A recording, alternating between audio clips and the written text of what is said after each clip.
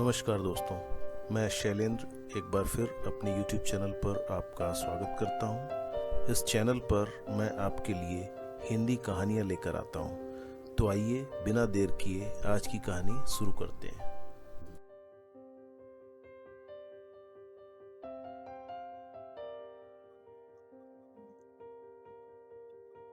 एक जंगल में एक लोमड़ी अपने परिवार के साथ चैन से रहती थी। एक दिन लोमड़ी ने शिकार करने का मन बनाया। तब तक उसका बच्चा बताता है कि यहाँ से थोड़ी दूर एक चट्टान की गुफा के पास शुतुरमुर्ग का एक बड़ा सा अंडा पड़ा है। इतना सुनते ही लोमड़ी के मुंह में पानी आ जाता है। वह सोचती है कि अंडा खाए बहुत दिन हो गए हैं, चलकर उस अंडे की जर्दी का स्वाद लेना चाहिए। वह बच्चे से कहती है कि मैं अभी उस अंडे को लेकर आती हूँ। इसके बाद हम सब मिलकर उस अंडे का स्वादिष्ट आमलेट बनाकर खाएंगे। यह कहकर लोमड़ी अंडे के लालच में बच्चों की तरह उछलते कूदते चल पड़ती है। कुछ ही समय में वह चट्टान की गुफा के पास पहुंच जाती है। गुफा के पास उसे एक विशाल अंडा दिखाई पड़ता है। उसका आकार मुर्गी के अंडे से 20 गुना बड़ा होता है।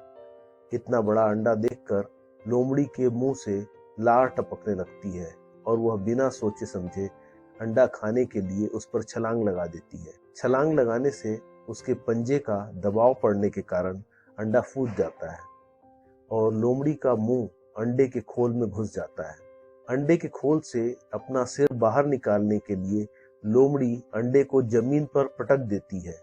इससे अंडा तो टूट जाता है, लेकिन अंडे का गोलाकार भाग उसके गले में फंस कर रह जाता है।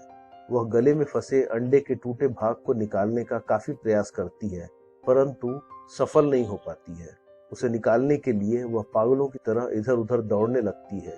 इसी बीच आकाश में उड़ते हुए कहीं से एक गिद्ध आ जाता है और वह लोमड़ी पर आक्रमण करने के लिए इधर उधर चक्कर काटने लगता है। गिद्ध को लगता है कि शिकार अपने आप ही उसके चंगुल में फंस गया है और लजीज दावत खाने को आज मिलेगी। लोमड़ी को भागते भागते सामने एक चट्टान दिखाई देता है, तो वो गिद्ध के आक्रमण से बचने के लिए और अपने गले में फंसे अंडे के टुकड़े को निकालने के लिए उसके दिमाग में एक उपाय आता है। इसके बाद वह अंडे के टुकड़े को जोर से चट्टान के ऊपर मारती है।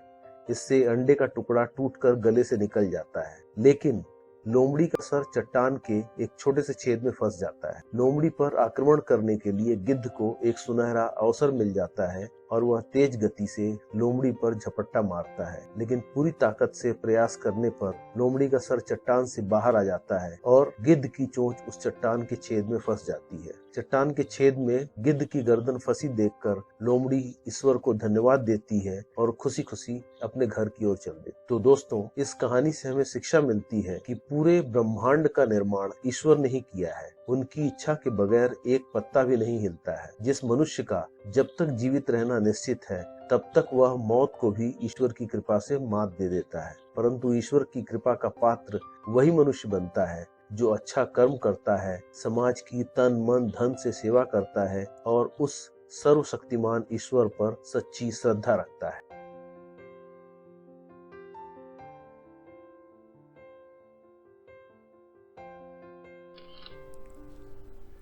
दोस्तों, यह कहानी आपको कैसी लगी?